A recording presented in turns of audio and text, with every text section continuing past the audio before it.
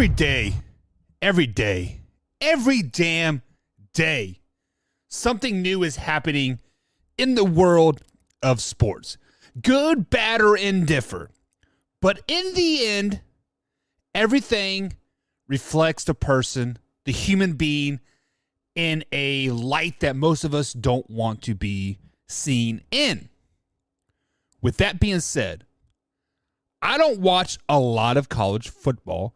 I watch my Kansas State Wildcats. I watched a couple of Big Ten games as well, just because I'm in the area. But I was sent the Michigan State versus Michigan post-game fight footage today. And at first I was like, oh, there's no way there was a real fight. There is no way that these kids went blow to blow. But the footage that I saw, these kids were swinging, Michigan State kids were swinging helmets at Michigan kids repeatedly. I say Michigan State. I said there was one kid that was swinging a helmet. And then I saw another footage where basically the whole team had one guy cornered and just beat the living crap out of him. There was like 5 or 6 guys throwing punches and chasing him down the hallway. Now, when I saw this, the first thing came to mind. Where's the rest of the Michigan teammates, for one, right? So, obviously, these kids were kind of in the wrong place at the wrong time, right? No. I saw footage from the stands where these kids kind of pushed the referees out of the way, were kind of pushing the Michigan State players out of the way as well, and that's basically what caused the whole scrumble. So these kids thought they were better than the rest of the team, the rest of Michigan State, the rest of the staff, etc., saying, get out of my way, I'm ready to shower. So when Michigan State suspends these 4 kids, rightfully so, they should definitely have suspended these kids. No question about it. But to press criminal charges, look at the whole footage before you get too carried away. Ask yourself, why were these 2 kids not with the rest of the team? Why were these 2 kids not around any coaches, no staff, no personnel, no referees, no nothing? Why were these 2 kids better than everybody else in the middle of the Michigan State line going into the locker room talking stuff? Answer that question. Before you get too carried away with all this BS crap, ask yourself that. What really happened? But that's enough of college football.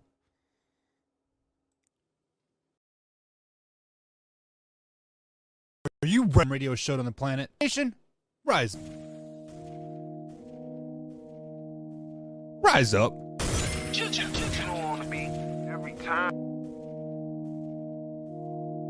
You on the beat every time, no. I would like to personally welcome you to Man Hour After Dark. Say that thing. While I bring you the host, Mike, Buck, and Cone. You know who's coming to the stage. Sports talk than what you about to hear right here. I second that. Go. You know that it's us when we talking about sports. Giving you facts on the field to the core. Tune in, we need the support. 1 hour too short, then listen some more. On all your stations, not dropping no music. Stripes like Adidas, but Nike just do it. Down 4 in the 4th, we go for the win. Michael 2 seconds, we taking it in. Buck, Mike, and Combs, you know what's going on. Man, now we're After Dark, no LA, we the big spark. No 4th and inches, won't cut short. Got the best talking, it's all sports. Buzzing more than buzzer beaters. We coming live, all 3 speakers go. And what is up, Man Hour Nation? Michael Buckhouse here with the Man Hour Show. To have to manhourradio.com. Check out the blog section. Of course, check out the merchandise section as well. We got new merch dropping each and every day over there. And today, I launched our Buffalo Bills 13-second merch. So if you guys do not know, the Buffalo Bills cannot survive 13 seconds to end the game. They play prevent defense that prevented them to lose, or prevented them to win the game versus my Kansas City Chiefs right here. So in honor of my man, Alpha Rob, we gave you guys that merch of Buffalo Bills, and then the I and the S has a 1 and a 3 to signify the 13 seconds that they could not last versus my Kansas City Chiefs. I see a couple people jumping in the chat here right off the bat. I see my man, Alpha Rob. He says, what's up, Buck? And I say, what is up, Alpha Rob? Thank you for joining us tonight. And we see Jacob Saunders as well. What's up, Jacob? Thanks for tuning in as well. But guys, we do have a pretty good show lined up for tonight. My headphones are cracked. I think it's time to get a new pair of headphones. This stuff is crazy. But it is Overreaction Tuesday, guys. The NFL trade deadline was exactly that. It was crazy. But we are only going to talk about a couple trades. We're going to talk about the Zach Moss trade to the Buffalo Bills, Bradley Chubb to the Miami Dolphins, and then we're going to talk a little bit of New York Jets, the Philadelphia Eagles, about how overrated they actually are, the Cincinnati Bengals, and much, much more. If you guys have any questions in the chat, feel to post them down below in them. Alpha Rob, do you think that the Eagles are overrated, or underrated? We'll get into that.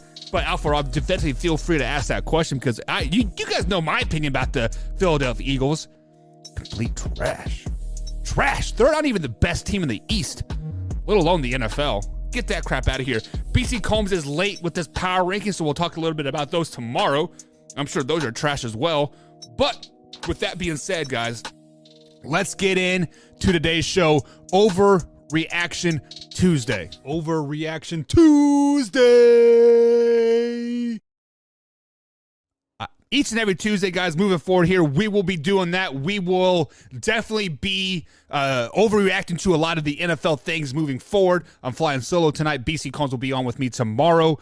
So first things first is the NFL trade deadline came and it went. We saw a lot of trades pre-deadline, and basically all expectations were kind of today was going to be kind of mellow, right? Maybe a few trades here or there, but damn. We had like 15 transactions, like between like noon and 4. My phone was ding, ding, ding, ding, ding. It was going crazy. But one of the most intriguing trades that I posted on our Facebook was Nyheim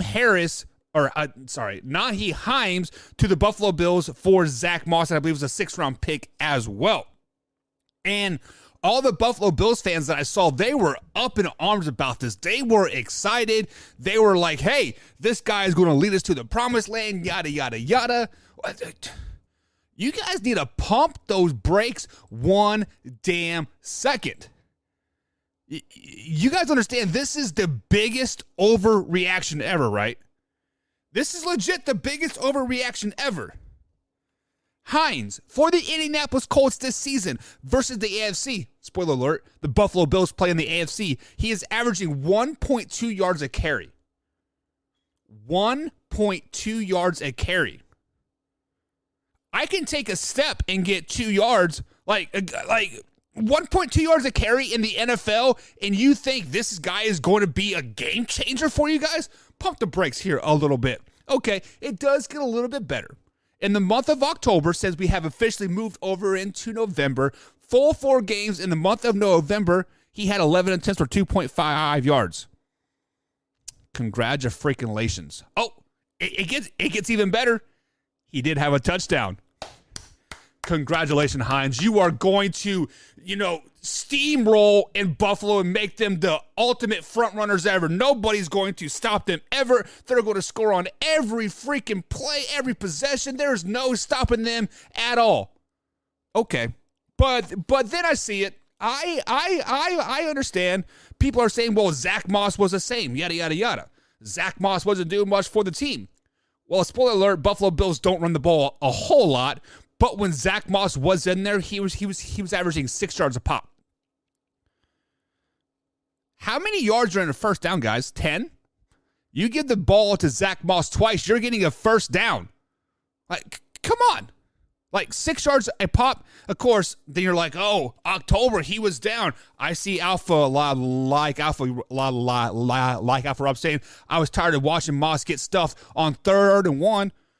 Well, in the month of October, he was averaging 4.3 yards a carry. So, with all that being said, I understand you got tired of him seeing get stuffed on 3rd and 1. Aren't the Buffalo Bills the lowest punted team in the NFL at 12? So let's say he ran the ball 12 times on 3rd and 1 and got stuffed. How about all those other 3rd and 1s that you guys have had? I don't have the third down numbers in front of me by any means because I don't watch enough Buffalo Bills football to understand that he gets stuffed every time on 3rd and 1, because I enjoy watching championship football, and that is the Kansas City Chiefs. But Zach Moss for Hines it might be a good trade in your heads, but Hines is not a good running back. He's not. How is he going to complement Singletary when he's averaging 1.2 yards a carry? How is he going to complement anybody when he's like, Josh Allen's a better runner than he is? Like, if you guys wanted a running back, you should have went all in on Alvin Kamara like you wanted to. You should have went all in on Kareem Hunt like you wanted to. You should have reached out to the Bears and got Montgomery. Like, there were other options out there. How about Cordell Patterson for the Falcons? He was rumored to, like, want to be traded. There were other options out there. Hines is the best choice you guys can get. Like, come on, man. Like, this is basically like trading in a spoiled orange juice and getting a spoiled milk in return.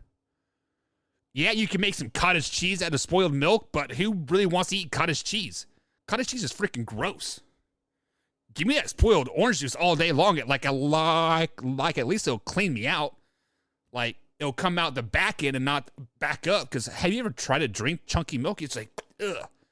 And that's what Hines is going to make all the Buffalo Bills fans like, what did we waste here? A 6th-round pick and Zach Moss? At least Zach is getting a 6 yards a pop, not 1.2.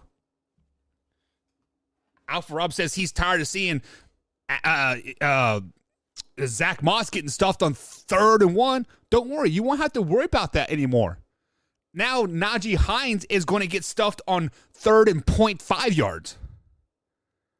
Like, it's this trade is so dumb to me, and it is the biggest overreaction of the Buffalo Bills. Like Buffalo Bills fan base, pump the brakes. This trade is stupid. It is stupid in the end.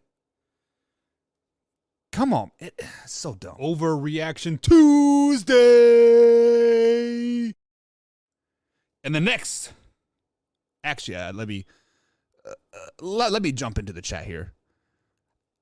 Alpha Rob was saying, we just glad that we got rid of Moss. Oh, why are you so happy that you got rid of Zach Moss? Was it the 6 yards a carry? Was it the lack of the running game that the Buffalo Bills have? I mean, yes, I know you guys have a very pass-happy offense. You pass 85% of the time. We get it. You have great receivers. We get it. You have one of the best quarterbacks in the league. We get it. But does passing and all that stuff win in January? No, it does not. Running gets you in January. And I think Zach Moss will at some point be a solid backup in the NFL. Just for whatever reason, you Buffalo Bills fans do not like him. Allen is getting those 3rd and 1s and probably has more rushing yards than Zach Moss. You are absolutely correct. I believe Zach Moss has just under 200 yards on the season, and Josh Allen probably has that in one game. Let's just be honest about it. But the reason is because the Buffalo Bills do not run the ball. And when they do run the ball, it's like one of those shuffle passes or a reverse to Stephon Diggs or something to that effect, right? It just doesn't make sense in the end. So moving on here. One of the best trades, I think, that is absolutely mind-boggling to me is Bradley Chubb to the Miami Dolphins for Chase Edmonds. As you guys know, Chase Edmonds did not want any part of Miami whatsoever. He did not like being there. Hell, earlier in the offseason, I think the Miami Dolphins had like 7 running backs on their roster, and we didn't even think Chase Edmonds was going to make the team. And then somehow he is on there, and he was a number 1 for like a little while, but then he's just like, I don't want to be here, whatever. So they ultimately traded him for Bradley Chubb and, of course, a couple picks as well. Some of the reactions across the league, across our Facebook pages, if you guys are not in our Facebook trash groups, you should. I think I put the links in the description tonight, is that this instantly makes the Miami Dolphins the front runner in the AFC East. This instantly makes him a Super Bowl contender. This instantly makes them this, and this. Now, let's be 100% clear on this. Bradley Chubb is a great linebacker / defensive end / whatever you want to call him. He is a great jack of all trades. He is third in the league of sacks per rushing or per attempt. So when he rushes the quarterback, he is third best in the league of getting the quarterback, but behind T.J. Watt and the guy from the Browns. His name's slipping my mind right now. Myles Garrett. He is third behind those two great, incredible linebacker / defensive ends. He has 26 tackles on the year with 5.5 sacks. He is a man. Denver Broncos were basically going to trade him or sign him to a massive deal. That's basically what it was coming down to in the end. So for all of you Miami Dolphins fans that have these Super Bowl aspirations, calm the fuck down. You all have been on the Super Bowl train since getting Tyreek Hill. You guys look good versus the first 3 weeks of the season. What have you done for us since? You lost 3 in a row and you beat a very bad defensive Detroit Lions team. And it took you one last drive to beat that team. Now, Bradley Chubb does make your defense that much better. He does not fix the offensive side of the ball. He does not fix the fact that you guys cannot run the ball worth shit. It does not help the fact that your offensive line basically is just about as bad as the Cincinnati Bengals line is. You guys can have all the talent in the world on the outside. You can have the best quarterback in the league, but if your offensive line cannot protect you for more than 3 seconds, sorry about your luck. So this is another overreaction. Pump the brakes, Dolphins fans. You guys are trash. You guys are going to be third in the AFC East, let alone a Super Bowl front runner. Bradley Chubb does not make you a Super Bowl front runner. Yes, he is a great athlete. He is one of the best outside linebackers / defensive ends in the game today. He is outstanding. I wish the Kansas City Chiefs would have thrown Chris Jones at his ass. Straight up, Chris Jones for Bradley Chubb. I would have made that trade in a heartbeat. Yes, I know they don't play the same position, but that's just the gist of it. Chris Jones is making like $96 million on his contract. Crazy amount of money for this gun-infested fool that's stupid. But I digress. Overreaction for the Miami Dolphins, 100%. You guys, third best in the AFC East. Hell, you guys might even be last in the AFC East. Because we're getting ready to talk about the New York Jets and the Patriots. The Buffalo Bills are the front runners in the East. No question about it. They are the best team in the East. They're the best team in the AFC. Coming from a Chiefs fan. Will they win the Super Bowl? No. They won't, because let's just be honest, it's the Buffalo Bills. They can't last 13 seconds, let alone 60 minutes versus a NFC team. It's just not going to happen. But Super Bowl Miami? How about this? Playoffs? We're talking about playoffs? Come on, man.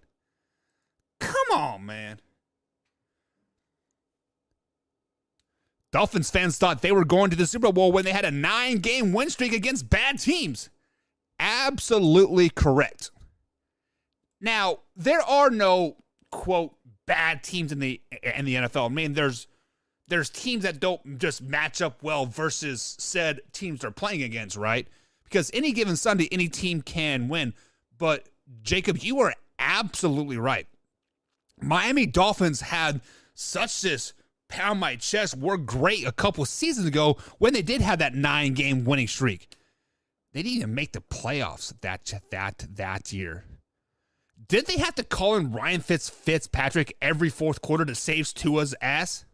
Like, it's just simmer down now. Simmer down now, Dolphins fans. Jeez. Bills are the best team in the AFC East. They are. Actually, he said the AFC in general. You are absolutely right, Jacob. The Buffalo Bills are the... No, I want to take it one step further. I will take it one step further. The Buffalo Bills are the best team in the NFL. Not the Eagles, not the Cowboys, not the Giants, not the Seahawks. Nobody's better than the Buffalo Bills right now. They are the best, hands down, no questions asked. People thinking they are in the Bills and Chiefs level, then they still have two. Yeah. Put Skylar Thompson in there, and you have a better chance of winning a Super Bowl than with Tua. Just call a spade what it is. Jacob says the Buffalo Bills are hot right now. They are hot, but they're like a lukewarm hot. Like, they aren't even like clicking yet, like I feel. Like, I feel like the Buffalo Bills right now are playing like their B level competition, like their B game. Now, that first week of the season, way back when in September, right? When they beat down the Rams, and we thought the Rams were just like, now hindsight's 2020, Rams aren't as good as we thought they were.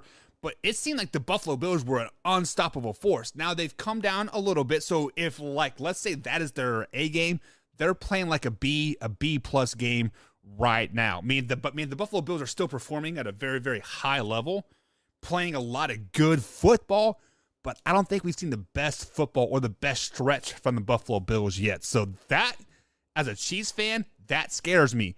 As a NFL fan, that should scare everybody in the freaking league. Because if the Buffalo Bills are playing B game right now and they're beating teams the way they are, wow. Wow. If Tua didn't have Tyreek Hill and Waddle, Tua would be horrible. You are absolutely correct on that, Jacob. Hell, I think Tua is terrible now. Have you seen some of the throws that he has made? They're either overthrown or underthrown. They just look terrible. But Waddle and Hill make him better, right? Now, usually we see quarterbacks making receivers better, making them stats pad or whatever, right? This is the exact opposite. That basically the whole Mike McDaniel's offensive scheme is making Tua a lot better than what he appears, or he's appearing to be a lot better than what he actually is. Watch the games. Tua is a below average quarterback at best. He's just not there. Moving on. Overreaction Tuesday.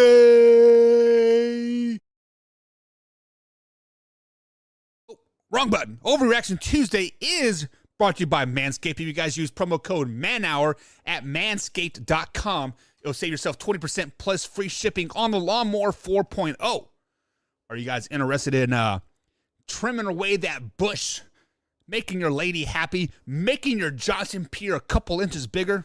Get the Lawnmower 4.0. It's guaranteed not to nick you, and it is water resistant, so you can shave yourself in the shower, let it go down the drain, and then you got to go to Walmart and buy some of that clog cleaner crap and get all the hair like hair out. Because like me, I'm a very hairy individual, so there's a lot going down there. But with all that being said, guys, ManHour, promo code ManHour at manscaped.com. Save yourself 20%. It's always good to save some dollar bills. Yo! Moving on to the next overreaction here on this beautiful Tuesday edition of ManHour. You can always find us at manhourradio.com. Of course, youtube.com/manhour. Starting this week, every Monday through Friday at 8 p.m. East Coast time. That's right, guys. You heard Friday. We are bringing back ManHour on Friday nights. Now that my high school team got their ass whooped on Friday. But we digress from that. If you guys want to know the final score, just know that the team that we were playing took knees in the second quarter, not the second half, the second quarter, to not kill us. So that shows you how bad we got beat in the playoffs. But hey, we made it to the third round. What can you do about it? But next overreaction. Jets won't win another game. Whoa, man.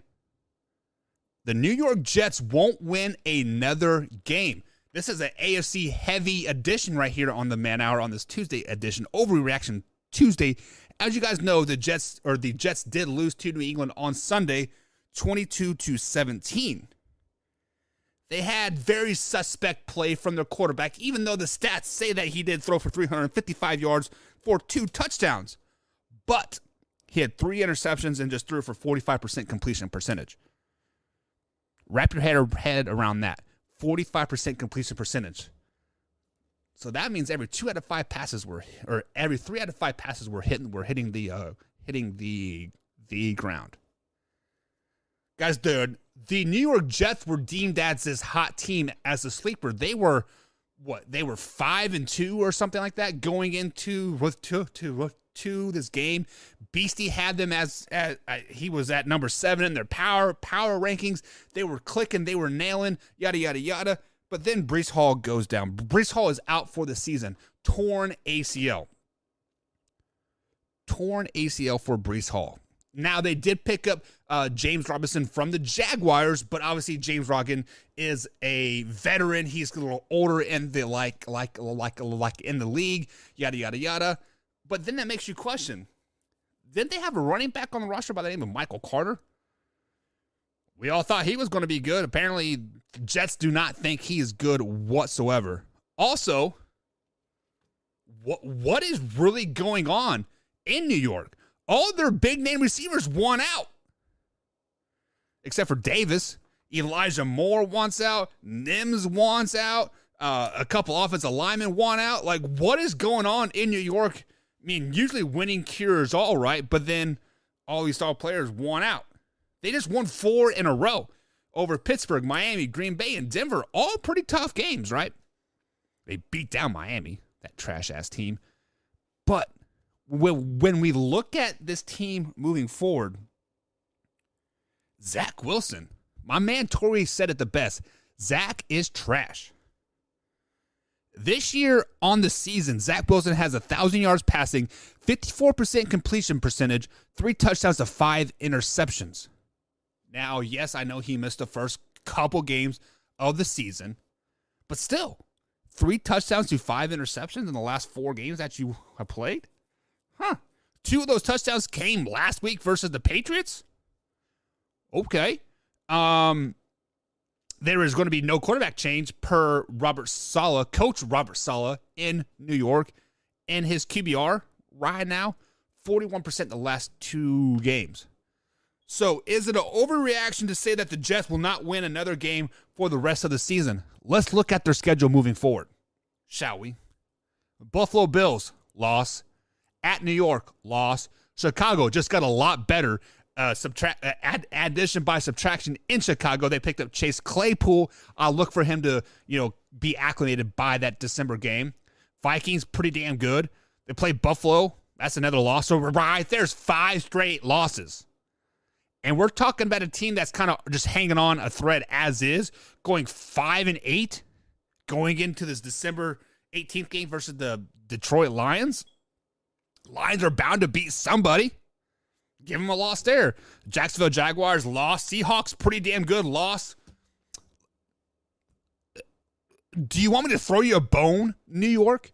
Are you going to beat the Miami Dolphins the final game of the season? I mean, you have to, right? There's no way they can lose 10 games in a row, is there? Yeah, there is. Guys, this is not an overreaction at all.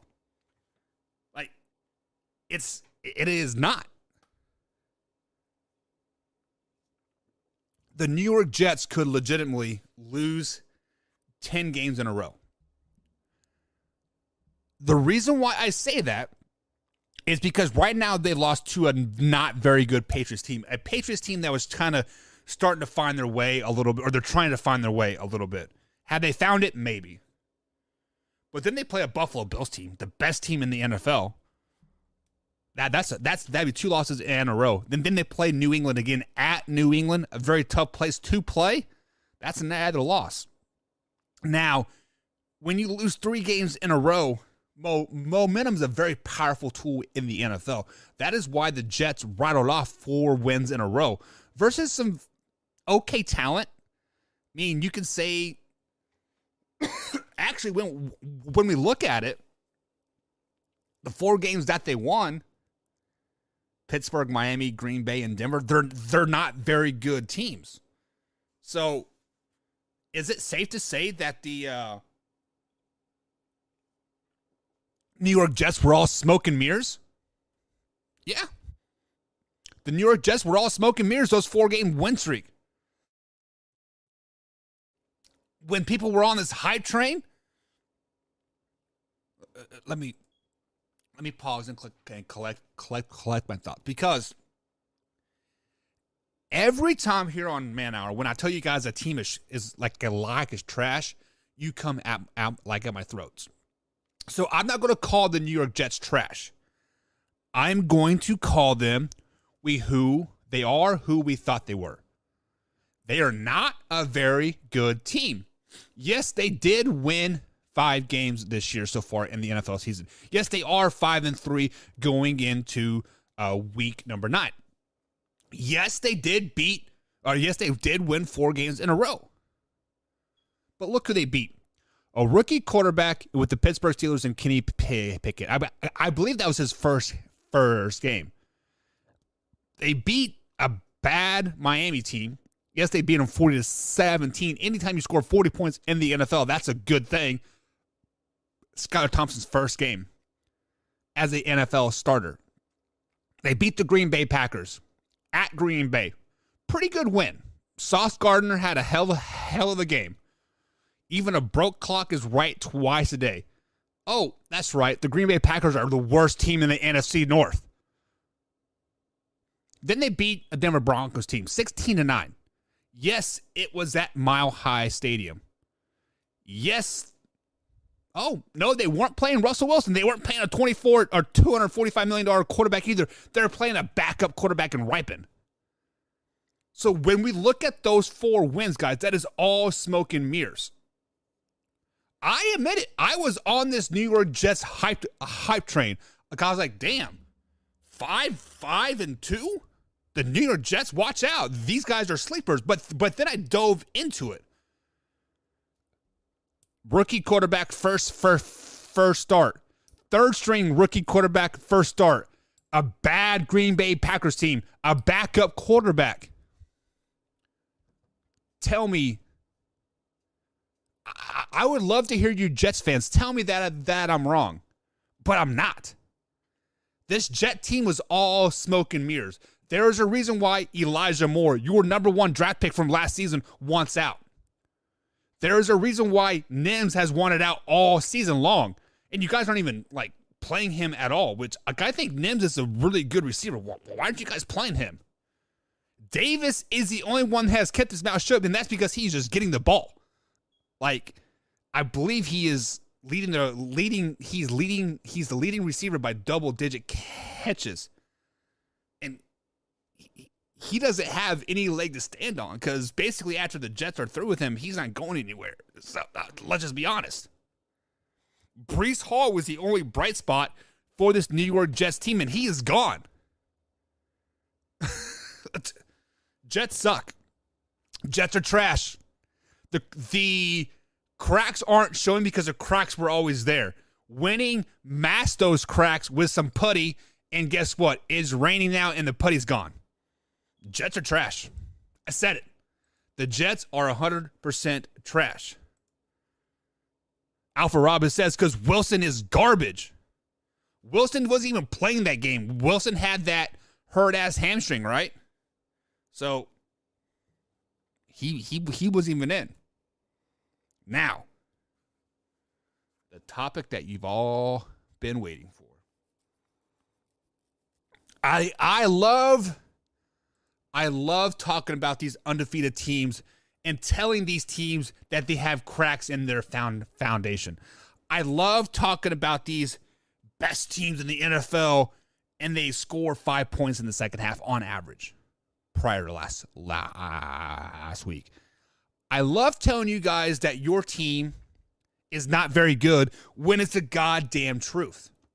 And that's exactly what the Philadelphia Eagles are right now. As you guys know, the Philadelphia Eagles did improve to 7-0 in the NFL season, beating the Pittsburgh Steelers 35-13. We were just talking about the Pittsburgh Steelers, a bad Pittsburgh Steelers team. They're on a fire sale right now, 100%. Like, it just, basically, they're like, who do you want? Oh, 7th round pick. You take him. You want Najee Harris? You can just take him off our hand. Just give us a McChicken. Like, yes, I know they didn't trade Najee Harris, but whatever.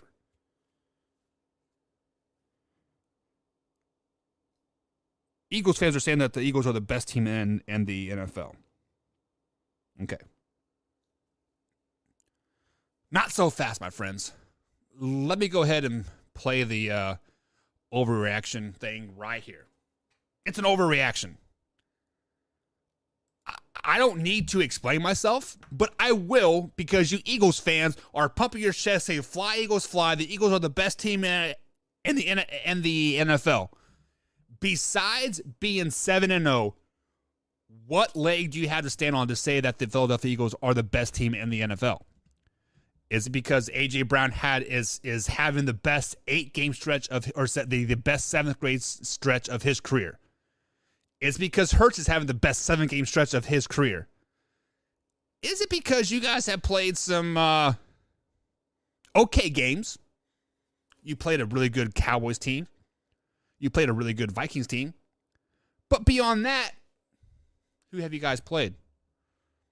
A Detroit team that you almost lost to week number 1. A Washington team that was really, really bad week 3. Now, at the end of the season, you're going to look back in this game like, oh, that was a really good win because the Commanders are getting ready to make some noise. How about this really bad Jacksonville team? Oh, I know. At that time, they were 3-0. It was the battle of the unbeatable. Whatever, okay? Cardinals, complete trash. Yes, you beat a damn good Cowboys team. I believe that was a Monday night game, but that was also a home game. Excuse me. And then you beat, obviously, the Pittsburgh Steelers. So when we look at this Philadelphia Eagles team, let's look at them. Okay? Prior to Sunday, they were averaging 5 points in the second half. They were averaging a league low 97.6 yards in the second half. Now, Sunday, they did score 14 points in the second half. Congratulations. The game was already over. The game was well over at that point. It was 21-0, right? Oh, you guys let the Pittsburgh Steelers score 13 points in the second half. That's right. Okay. So you had to go toe to toe with them to keep that 28-point spread, right? Okay. Let's look at the Philadelphia Eagles schedule moving forward. Thursday night football. They travel to Houston to take on the Texans. I'm calling it right now. I like the Houston Texans in this game. I think Davis Mills and Brandon Cooks and those boys, they're going to go off. In Houston, things are bound to click, and it clicks Thursday, and they beat the undefeated Philadelphia Eagles. The Philadelphia Eagles are coming in, walking high, chest out, 7-0, Thursday night. Screw Houston. Loss. 10 days off. They play Washington Commanders. I believe that game, it is a home game. You guys are going to lose to the Commanders on Monday Night Football. 2 losses in a row. Then you play an Indianapolis team at Indy. First things first, any road game in the NFL is a hard game. Mile High is a tough place to play. Arrowhead's a tough place to play. Seattle's a tough place to play. And Miami's a very sneaky place, tough place to play as well. Buffalo's a tough place to play. Ford Field and Detroit's a tough place to play. And Lucas Oil Stadium in Indianapolis is sneakily a very tough place to play. It is like I was just there this past weekend. That place is eerily very, very loud. It's just a steady rumbling and you feel it in your chest. It's very loud and it's very, very. If you aren't used to it, you're like, damn, this is really weird. It's the dome and whatever. But This will be the 5th game that Sam Ehlinger is a starter in Indianapolis. They're going to lose that game as well. 3 games in a row.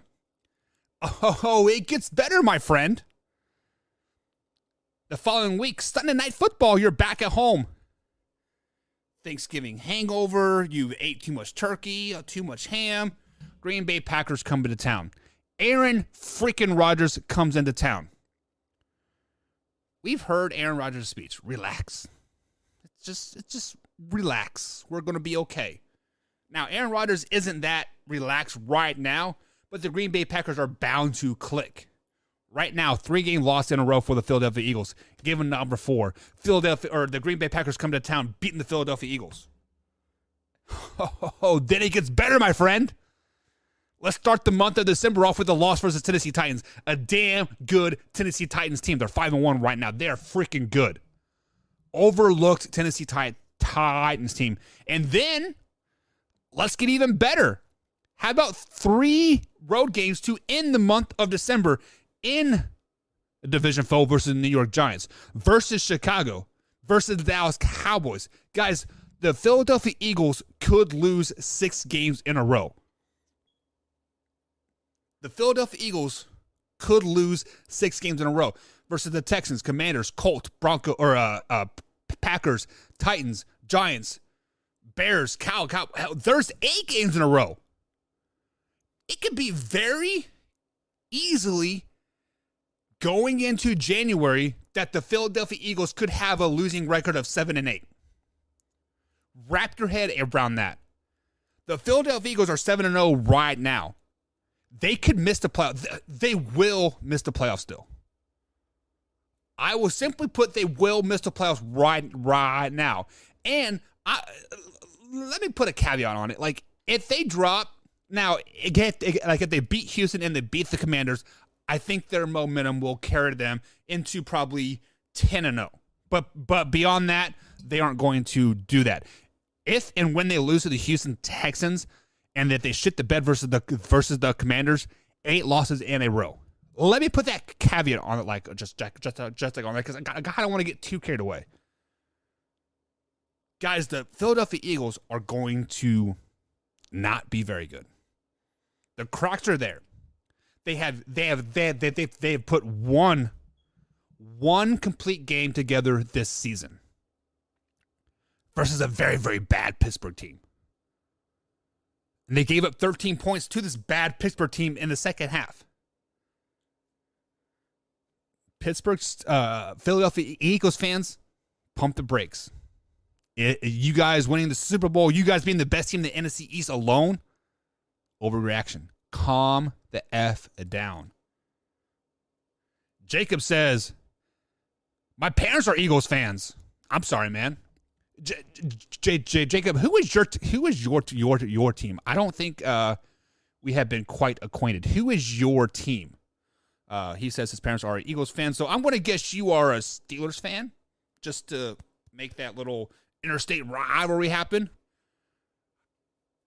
My dad is bringing up how when they went to the Super Bowl and won, they went 9-0. Interesting. Hurts is playing good because of the defense and A.J. Brown. That's absolutely correct. People fail to understand that sometimes the best offense is a great defense, and the Philadelphia Eagles do have a great defense. Eagles fans keep saying the only team that beat the Vikings since the beating Cousins is special. Yeah. The Vikings are good. I do like the Vikings. But wasn't that a primetime game? I believe that was a primetime game. I'm pretty sure that was a primetime game, the Minnesota Vikings versus the Eagles, and we all know how primetime Kurt is. Primetime Kurt is a no-go Kurt. Let's just be honest. Way or no way, guys. Moving on to the next one. Overreaction Tuesday. Not way or no way. Overreaction Tuesday. It is Overreaction Tuesday.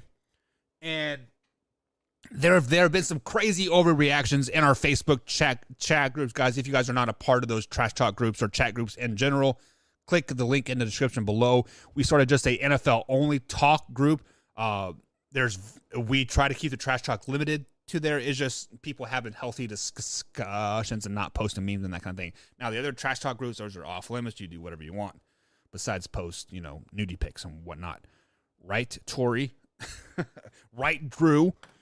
I had to ban my best friend from our trash talk group for posting booby pics. Come on, man.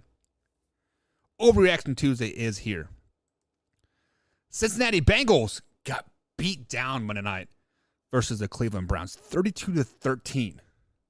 And those 13 points were just a mop-up duty. Like, this was a complete shutdown. Myles Garrett was a man among boys out there. He was flexing on them, flexing on Joe Burrow. Guys, the Bengals looked terrible.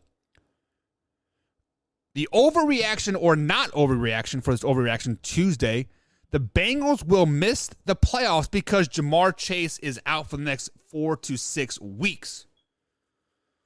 Wow. So as you guys know, the Cincinnati Bengals are a very pass-happy offense. Joe Burrow has 305 attempts on the season passing, and they have just 183 rushing attempts on the season so far. 7 of those are from Jamar Chase, and 8 of those are from Joe Burrow. As you guys know, Jamar Chase will miss the next. It's 3 to 5 weeks now because this is his first game that he missed with a apparent hip injury. I don't know the extent of his injury, but it was a hip injury. If the Bengals miss the playoffs, it is not because of Jamar Chase. It won't be because of Joe Burrow. It won't be because of T. Higgins or Boyd or because of the defense. It's because that O-line is the worst offensive line in the NFL. This offensive line, I'd rather have my high school offensive line than this NFL offensive line, just to be honest. Joe Burrow is getting less than 2.5 seconds per pass attempt. So by the time it takes me to say Joe Burrow, he's getting sacked. He has somebody in his face. 2.5 seconds. He has been sacked 29 times so far this young NFL season. Guys, we're just going into the 9th game. So in 8 games, he has been sacked 29 times. You do the math there. It's at 2.5 to 3 times a game. He is getting hit a lot. And they're just not like baby-ass hits. He's getting hit a lot. Like pounded. Looking at their next few games moving forward though. The next 1, 2, 3, 4, 5 games. They're not easy. Now, the Bengals are 4-4 right now. I believe they are second in the AFC North, and I think the Ravens are sitting at number 1 at 5-3, if I'm not mistaken. But they do play Carolina next week, or their next game, I should say. PJ Walker is coming on, but allegedly Baker Mayfield is supposed to come back. Is that a mistake for Carolina? To be determined. Then they play a bad Pittsburgh team, but it's still a rivalry game. It's still a division game, so you cannot sleep on that game whatsoever. Then they play Tennessee, Kansas City, and the Browns.